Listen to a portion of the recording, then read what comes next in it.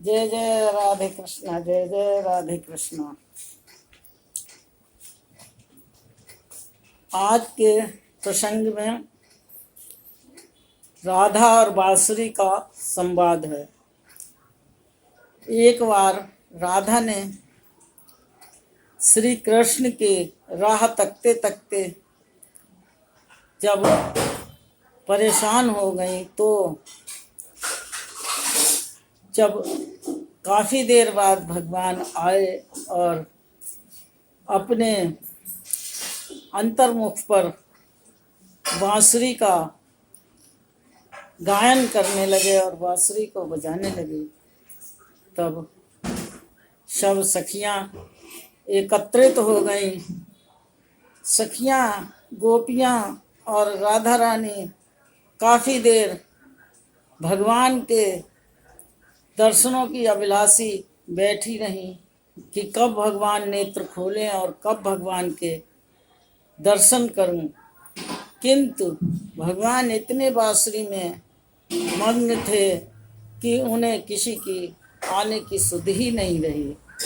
बहुत देर बाद भगवान ने, कृष्ण ने बांसुरी को रखा तो गोपियों ने इधर उधर सखियों को बातों में लगा लिया, कृष्ण को लगा लिया और राधा बांसुरी को चुराकर चली गईं। कृष्ण सखियों के साथ बैठे रहे और इधर उधर अपनी बांसुरी को भी ढूंढते रहे। तब राधा ने एकांत में जाकर बांसुरी से प्रश्न किया कि हे बांसुरी, तुमने ऐसे कौन सी तपस्या की है जिसके कारण से भगवान तुमको हर समय अपने, कभी कमर की करधनी में, कभी हाथ के से आपके सुरों को सहलाते हुए, कभी आपको होंठों से लगाए बजाते रहते हैं। मैं तो उनसे बात करने के लिए तरसती रहती हूँ। मेरे को तुमको देखकर बड़ी जलन हो रही है। ऐसा आपने क्या किया जिससे कि भगवान श्री कृष्ण ने हमसे ज़्यादा तुमको महत्व दिया। बांसुरी ने राधा से उत्तर दिया, हे राधे गजगामिनी, आप तो भगवान की प्यारी हो। कहते हैं कि ऋषि और मुनियों ने आपको और भगवान के साथ एक ऐसे संबंध में जोड़ा है कि आप और कृष्ण भगवान का एक ही रूप हैं। ऋषि मुनि कहते हैं, राधा तू बड़ भागिनी, कौन तपस्या कीन, 3 लोक 14 भुवन, जो अपने वश कीन। भगवान ने सब कुछ राधा के नाम कर दिया। राधा खुद तो केवल राधा के नाम के सहारे रहे और जो कुछ है भगवान बिना राधे की आज्ञा से कुछ नहीं करते थे।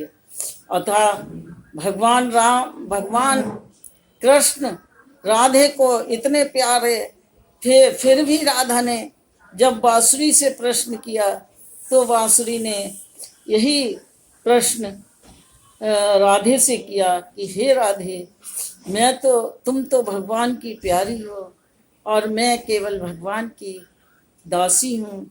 मैं भगवान के अधरों पर रहकर उनको अनुग्रहित करती रहती हैं। अगर फिर भी आप मेरे से ये सुनना चाहती हो कि मैं भगवान को क्यों प्यारी हूँ, तो सुनो।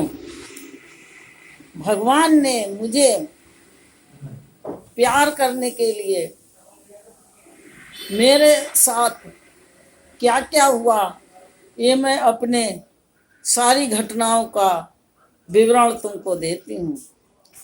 जब मेरे को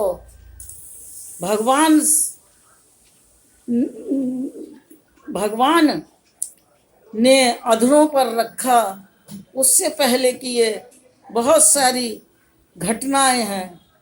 मैं अपने वंश से अलग कर दी गई। जब वंश से अलग की तो मैंने वंश को फिर दोबारा मुड़ के नहीं देखा।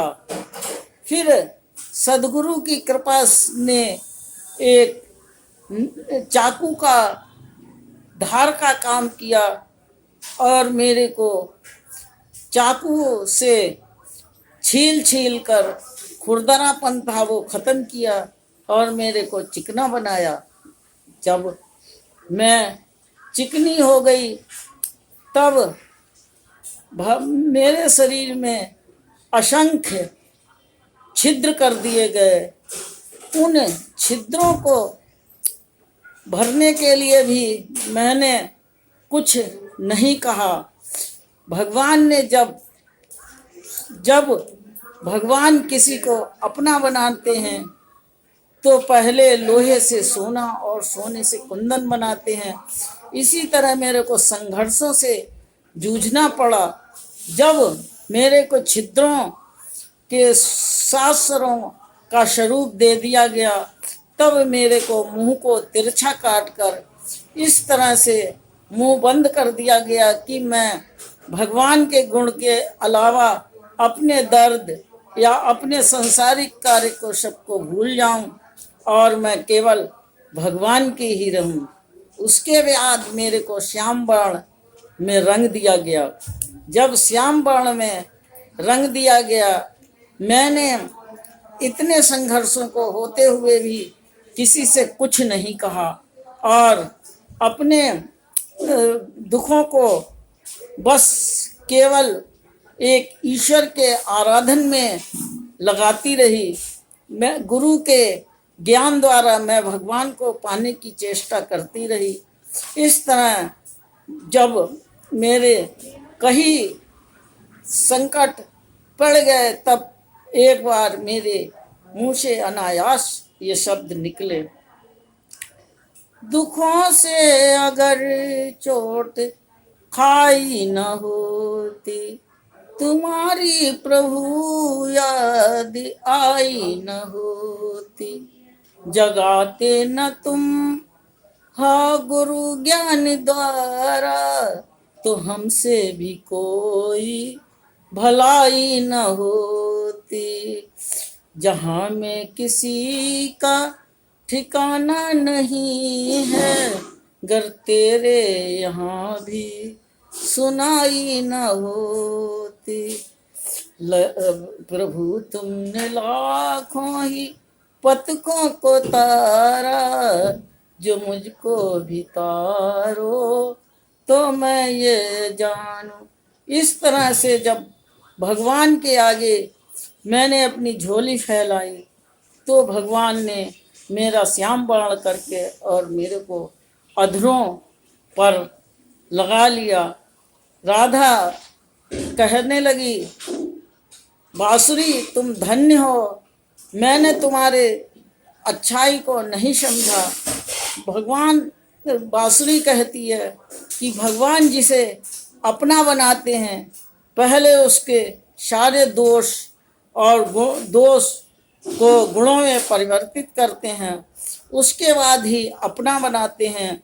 और राधा तुम तो जगत की स्वामिनी हो, बस यही मेरा स्वरूप है कि मुझे भगवान ने अपने अधरों पर रख रखा है। इसी तरह जिस का मन भगवान में लग जाता है वह भगवान का हो जाता है। फिर भगवान उसको अपने हृदय में जगह देते हैं और अपने भक्त के भाव को वो किसी पर प्रकट न करके केवल भगवान पर ही प्रकट करता है। वही भगवान की बांसुरी बन जाता है। यही एक स्वभाव भक्त और भगवान का है। और फिर भगवान उसको अपने धाम में ले लेते हैं। जय श्री राधे कृष्ण, जय श्री राधे कृष्ण।